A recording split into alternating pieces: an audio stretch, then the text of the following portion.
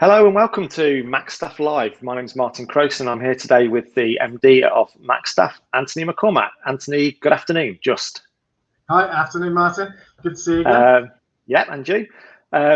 Today we're going to be discussing how important it is to prepare for a job search, and it's a part of that process which is often overlooked. And quite amusingly, I'll hand you straight over to Ant for a quick story about when we were discussing what we were going to do today.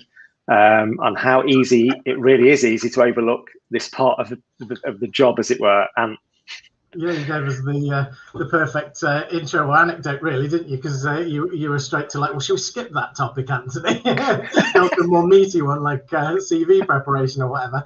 And that's exactly what everybody does. It's like, let's just dust off the CV, start banging it out there, look at job postings, and it's like, hold up, let's work out what we're going to do first, before we actually action that plan.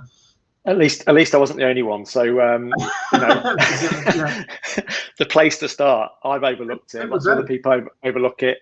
Why and how important is it to make sure that you prepare for that preparation, as it were? Yeah. So I was kind of, after our conversation, I was like thinking, why do people overlook that important step? And I think there's a couple of things really. I think primarily some people going into job search mode is quite a reactive thing.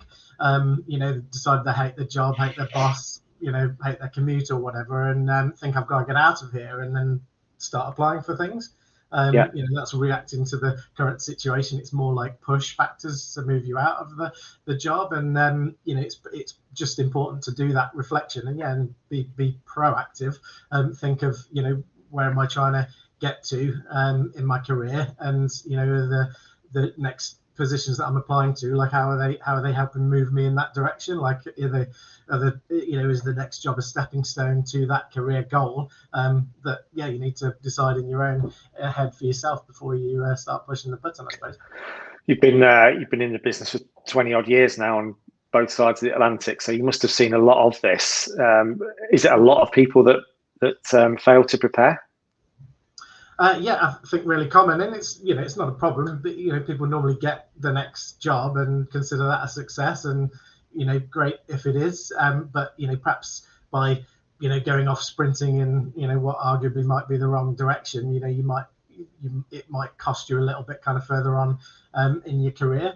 I'd encourage people to plan this, because it's a very strategically important item, isn't it? Your next job will be for a lot of years. You spend most of your life kind of doing your job, or most of your waking hours. So it's a strategically important project. It's got a huge upside if you get it right, but it's got a huge downside if you get it wrong as well. So if you treat it like another work project, whereas what's the goal here, what's the time frames, what partners am I going to use, what's the purpose and scope of this search, basically, because then that's the only way you can measure and say, it ticks all the boxes. This move has achieved everything that I was hoping it would, in my career. So in how much detail should you need to go to? I've taken a step back. I've done what you said before I start making a move. What questions should I ask myself at those stages? Where am I? Where do I want to get to? Those sort of questions. Yeah, I suppose that is the great big picture place to start, like the soul searching ones of where am I now, where am I trying to get to potentially, and how can I bridge that gap, and to consider things that move you in that direction, but don't consider things that move you away from it, and that money tends to be a prime motivator for people, and if you get another few grand onto your salary for doing a similar job, that's still not necessarily a success, or not necessarily moving you in the right direction. If it's taking you down a career cul-de-sac, whereas you're stuck with a dying industry or a poor technology, your boss is still an idiot, your commute's still an hour and a half. Maybe you haven't fixed the problems that you sought out to in the first place. And that's when people, can end up changing jobs again, which can start to erode confidence in your CV. Yeah, sure. I mean, I've done this myself, and I'm sure I'm not the only one to do this as well. But we just spoke about you fed up with your job, your commute, your boss, the standard of the work you're doing becomes boring. You come home one night and think, right, I've had enough. I really, really do want to move jobs. But again, to be able to step back and say to yourself, do I really, really want to move jobs? Or is this just a reaction to a bad couple of weeks at work? I guess that's important as well. Yeah, that's really important. And yeah, so do I really want to move? And it's easy to jump to the conclusion that you do. It's perhaps more difficult to fix the problems at home, so to speak, in your job, but it can be done. People, if there's issues with the boss, can you address that and kind of solve your personality issues between you and your direct boss, or can you make an internal move within the organization, be working for another manager? If the frustrations are more based on, I want more responsibility, I want more interesting projects, can you put your hand up for those? Can you get some variety within your job, again, without moving, because moving can be a risky business, especially in a down economy. So yeah, and in terms of moving for a little bit more money as well, the simplest answer of how do I get more money is to ask for it as well. You can save yourself a lot of time and trouble in the job search, of getting a new thing, end up getting get offered by a new company, get counter offered by your previous employer, get dragged into that kind of circus where your potential employer you were going to join is now upset. You may burnt the bridges for next time with them, and you've kind of shown disloyalty to your current employer, and you might be next in, the first out the door in the next round of cuts or something like that. If you can just have that, and I appreciate, it can be a difficult conversation, but if you can have that conversation internally and get some more money or agree your next raise, and that might in fact be the best thing to do. We'd all like to admit it doesn't matter so much, but that question of money and how much you're on, should you ever be motivated to look to move jobs simply for money alone, or is it a dangerous path to go down? Yeah, I mean, I'm a realist, a pragmatist. If money is the most important thing, then fair play, go after your job search and your next job with that in mind. That's probably why, like oil rig workers do the dangerous kind of difficult environment, odd hours kind of scenario. Fair play to you. But is like money really the most important thing? Quite often there's the same people who've done that kind of working every hour God sends to try and get into the executive position, or they're kind of working away in construction, or like the oil and gas industry that I've just touched on, like sometimes fast forward 20 years, and they're in burnout or divorce, and it's kind of undermined the reasons why they were kind of doing this in the first place. So again, try and keep the big picture in mind. Things like enjoyment, work-life balance, interest, things like that have to be, or I think should be factored into the decision as well. Ideally, easy for me to say, but ideally, don't have money as the only or most important consideration. There's other things to consider. I know you've got to pay the bills, but try and keep that perspective, and again, have the bigger picture in mind. Okay, so if the bigger picture doesn't just involve money and other things, what about the planning process of sitting down and actually think, how am I going to go about getting this job, and should I bring employment partners in, or what advice would you give to people there? Yeah, I'm going to come to that in a second. Just while I remember, to the previous point as well, though, if you are looking for a pay rise, the best thing you can do, like ironically, is to be more valuable. And in your pursuit to add more value, you can kind of do more responsibilities, be more proactive, study, become better in your job in order to get a pay rise internally or in your next move. Yeah. That's in a way the first thing. People say, how can I make my CV more valuable? And it's to have more valuable things in it, more accomplishments. I'd imagine that's something that's often overlooked, Anthony, as well, because people get fed up and look to move straight away. That's their default. But a trip to your boss or your manager to say, I'd actually like to improve my the skills that I've got at this job. How can you help me? Is something that's often overlooked. 100%. And like good employers will kind of, pull people through that path anyway, and there'll be, you know, clear steps to career progression and things like that. But definitely, you know, one of my favorite gurus, Robin Sharma, says the marketplace always rewards mastery, and you know, the more accomplished you are at your position, the more, you know, valuable your skill set, obviously your salary will reflect that accordingly. But anyway, I digress. Going on to your question about planning, then. So yeah, having the and, you know, start with the end in mind. So you've set your career goal and the kind of positions, locations, salaries that you think will be kind of best fit for what you're trying to achieve. And again, that's a personal, you know, preference or decision. And then start to look at, you know, what tools am I going to use? So, you know, what job boards are the best and most appropriate for me, but making sure that you're kind of researching out, like, which is going to be, again, the best for you. If I'm going to use recruitment agencies, you know, who, where, why, and, you know, build a review process in a way into that project of, you know, I'm going to do X, Y, Z for a month, and I'm going to kind of evaluate the situation, see what's working, what's not, and refine my approach.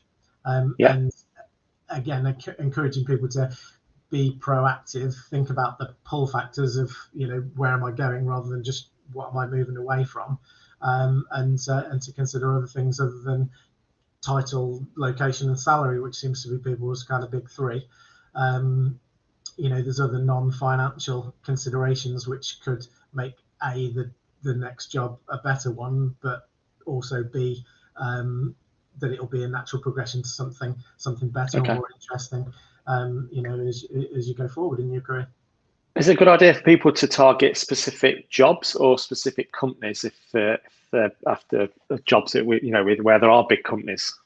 Yeah, and that's a good one. I suppose I'm going to say both, really, because it depends on your priorities. But I would go job led because it's a job that you're trying to get, I guess. If, you know, if I'm a recruiter, if I really wanted to work for like the Antiques Roadshow or something, you know, it might be a long, it might be a long wait, you know, waiting for the right position to come along.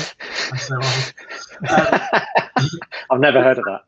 But of course, you know, consider, you know, companies that you think are a good fit and do that research and get the contacts and maybe include those. It might be a slow burn, but again, if you're not in a rush or you're not being reactive in your job search, then those might be good choices. I guess again, it's a research thing that the companies that you think would be great to work for, like, why do you think that they're great to work for? Like, can I validate that that's actually the case? Can I use tools like Glassdoor and things like that to research what other employees say about that employer?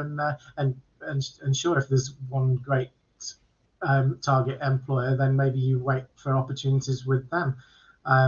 Quite often it can be just a brand thing though, like, and the best employers might be actually companies that you haven't necessarily heard of, and if your priorities are for career growth, sometimes a smaller company does provide that because they'll more likely be growing exponentially, especially if they're good, and then that kind of just upward movement and growth in that company will help you advance your you know, the scope of your job and your progression up the ladder potentially as well. So it's a kind of picking your horses type situation, isn't it? Yeah, and talking of horses, I'm just about to talk about spread betting now. Is it a good idea to laser focus in on a couple of jobs that you decided you really, really, really want, or is it a good idea to spread your bets and, you know, have 8-10 jobs in mind that you're going for because you're hoping that one will come up? Yeah, so I would say just statistically, I mean, it's best to obviously have you know, be goal oriented and have your targets in mind and include those targets, of course, in your job search. But I would say just from a statistics point of view that, you know, you may need to make more applications than you hope that you will, because if each job has, say, 50 or even 100 applications these days, then you're hoping and aiming to win the job, but you know, the odds are against that happening. So I would spread bet, having a number of positions on the go at one time, because it's sod's law as well, isn't it, that you're going to get offered the one that you want least first. and then be left with a tough decision as to whether to accept it or kind of hold fire for something better. So if you can get a whole bunch of applications and hopefully interviews going on in the same time frame, then you can hopefully play one off against the other a little bit more easily, and draw a line under it in a timely fashion, and hopefully make a move. Sure. But again, you don't have to move. Just review the situation as you go through. If things change, or you decide that staying is the best option, then like, all power to you. The cynics amongst those watching today might say we've planned this question, but what are the benefits of getting a recruitment agency involved in your job search? Yes, I mean, I think it's definitely a good idea, and you're thinking like I would say this, right?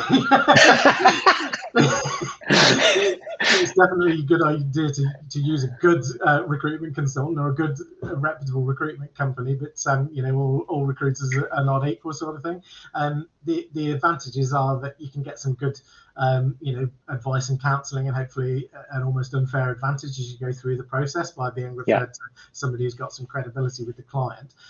Also, it can just give you access to more jobs, essentially, like what recruiters will probably call the hidden job market, because probably the majority of positions aren't advertised, or at least directly advertised by the employer. They're using recruitment consultants to outsource the recruitment for those jobs. So if you want access to the hidden job market, you want to kind of hook up with some good recruiters, but I'd encourage you to do your research. Again, like, are they in the market? Have they got good references? Perhaps jump on their LinkedIn profile if they're in a retail job last week. Are they really the in-depth expert that you're gonna want to be representing you in the job search? Frankly, if you can do a better job of representing yourself in the job search, then maybe you should do that. You're doing well. It's just got to add some value. Very few of us land that dream job within the first few days of trying to find a new job. So we're a couple of weeks in, 2 or 3 weeks into that job search. Why is it important now to sort of take a step back and, I guess, see what you've done and what you've done well and what you've done badly?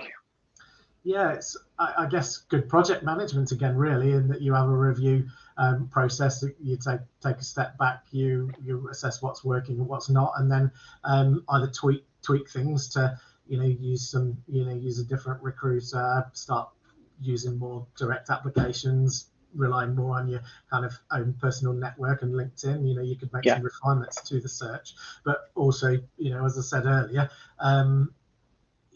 you don't have to move. You could decide, actually, I can do some fixes internally, or just I will move, but just not now, because you might decide that there's a seasonality with things, that there'll be more jobs available in the summer in certain occupations. There might be more opportunities at the beginning of the new financial year if it's kind of government. The best opportunities, or most opportunities if you're a teacher, is going to be in September, isn't it? The start of the school year, etc. So you just consider all the variables that are at play, and if you can do a different approach or a different time, then sure, it might be worth taking a breath. When you start getting the odd lead for job searches, it can get very exciting, can't it? And that urge to tell people that not just close family members can become overwhelming, especially if you think you're going somewhere good. Is it okay to tell friends outside of that family group the things you're doing, or should you be wary of letting too many people know you're actually looking for a new job? It can be a risk. Definitely, the more people that you confide in, the more of a risk that you're taking. I'm all in favour of kind of de-risking the recruitment process as much as possible, like being confidential. Like, good recruiters can kind of help you with this part as well, because you don't make the application directly. It's somebody making a subtle approach on your behalf, so that's a little bit different. I think, really, in an ideal and professional world, that the first that you won't tell anybody. You'll keep cards close to your chest. First person to know will then be your boss when you politely resign and say you're kind of moving on for another opportunity that you can't turn down. Also, it's kind of related to the last question, isn't it? It's you can stay unless you've already blabbed it all around. And in which case it may be awkward and actually not possible. Yeah, I guess you've got to weigh up the pros and cons, because the last thing you want is your actual boss to find out before you go in and tell them you made a decision either way. Things may be taken out of your hand. Yeah, and having said that, though, I think everybody needs trusted advisors around them. I definitely recommend that, but it's a matter of choosing carefully. Again, having somebody who can speak into your situation, that kind of understands, that has some knowledge or expertise. So that might be somebody senior within your sector. It might be a good recruiter, and they'll kind of help you do the self-discovery of where am I now, where am I trying to get to, all that stuff, and they'll be able to kind of help guide you through the process. But everybody's got an opinion, haven't they? It's like you have to look at Facebook for the pandemic or whatever. It's everybody's an expert, everybody's got a different bit of advice, and it's not always good advice. Take it with a pinch of salt, if I were you. Yeah, very much so. Okay, well, thanks, Ant. It's very obvious it's not a part of the job search that should be overlooked today. After listening to what you've had to say, there's plenty more. I will not make that mistake again. There's plenty more tips and ideas in the book you've written about looking for a new job. Tell us a little bit about that. Yeah, and the book starts with the prepare to know your job search chapter, as you say, and for good reason. It's best to plan what you're doing before you go ahead and do it. Like, you don't go to war and then work out the plan as you go along, do you? Or like build a house or whatever. So the design and the planning of your career, and then within that your job search is important. So yeah, I've normally got a copy of the book on hand. It's on Amazon. It will take you like step by step through the process, from preparing your job search through to CVs and cover letters and interview prep and offer negotiation, through to the right result. So yeah, I definitely encourage people to pick that up off Amazon if they're looking for a deeper dive. Okay, great. Well, we've enjoyed today, and if you've enjoyed it as well, soon we've got another one coming up soon called Quick Wins for a Killer CV.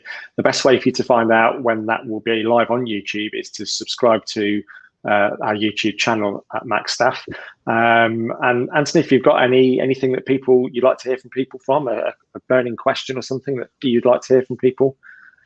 Yeah, good ones always kind of mistakes and how to learn from them, I suppose, because my motto is that you never lose, you just either kind of win or learn. And so has anybody out there made a bad move potentially, or kind of mistakes in their job search, and with hindsight or better planning, what would you have done differently?